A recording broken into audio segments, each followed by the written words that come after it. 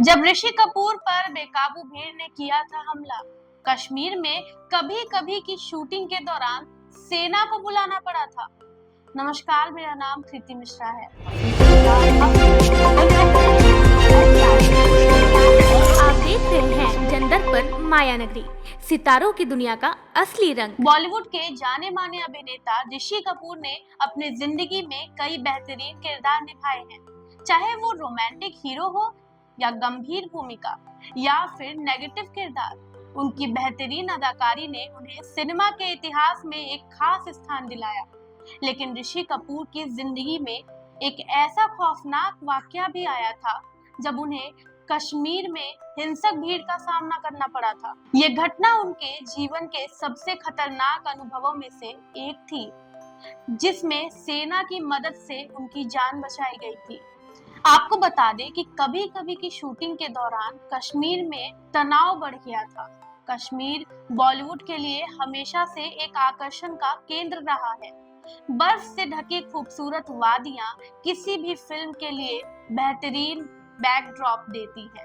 लेकिन 1980 के दशक में कश्मीर की राजनीतिक स्थिति काफी अस्थिर हो गई थी और इस क्षेत्र में शूटिंग करना बेहद चुनौतीपूर्ण हो गया था। उसी समय यश चोपड़ा की मशहूर फिल्म कभी कभी की शूटिंग पहलगाम में चल रही थी, जिसमें ऋषि कपूर मुख्य भूमिका में थे।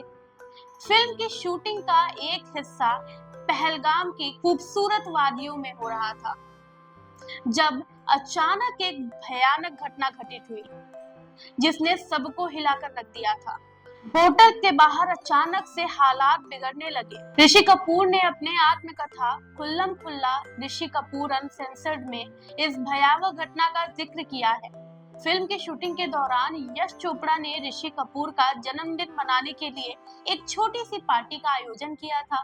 पार्टी होटल के अंदर जोर शोर से चल रही थी, जिसमें ऋषि की पत्नी नीतू कपूर, सह कलाकार नसीम और अन्य लोग शामिल थे।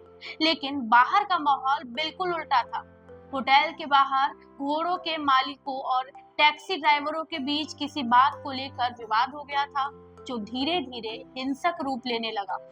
इस विवाद में एक टैक्सी ड्राइवर जो नशे में धुत था और भी ज्यादा आक्रामक हो गया और स्थिति नियंत्रण के बाहर हो गई।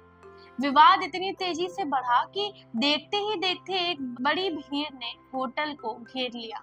ये भीड़ हाथों में पत्थर और जलते हुए गोले लेकर होटल पर हमला करने लगी।